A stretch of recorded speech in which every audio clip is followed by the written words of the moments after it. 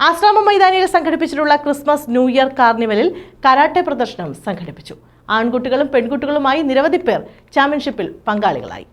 Karate of Japan ഇന്റർനാഷണലിന്റെ നേതൃത്വത്തിലാണ് പരിപാടി സംഘടിപ്പിച്ചത്. 150 കരാട്ടെ താരങ്ങൾ ചാമ്പ്യൻഷിപ്പിൽ പങ്കെടുത്തു.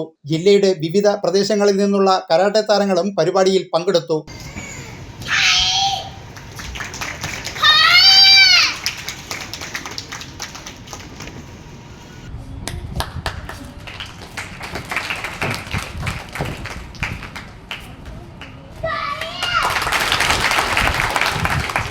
നാല് വയസ്സ് മുതൽ 25 വയസ്സ് വരെയുള്ള ആൺ പെൺ കരാട്ടെ താരങ്ങളാണ് പ്രദർശനത്തിൽ തങ്ങളുടെ കഴിവുകൾ പ്രദർശിപ്പിച്ചത്. തുടക്കക്കാരായ വിദ്യാർത്ഥികൾക്കായിട്ടാണ് ചാമ്പ്യൻഷിപ്പ് സംഘടിപ്പിക്കാൻ പ്രധാന കാരണം.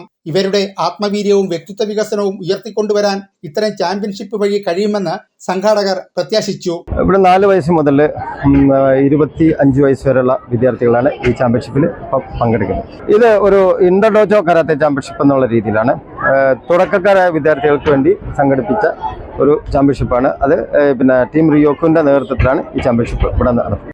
ന്യൂസ് ബ്യൂറോ, കൊല്ലം.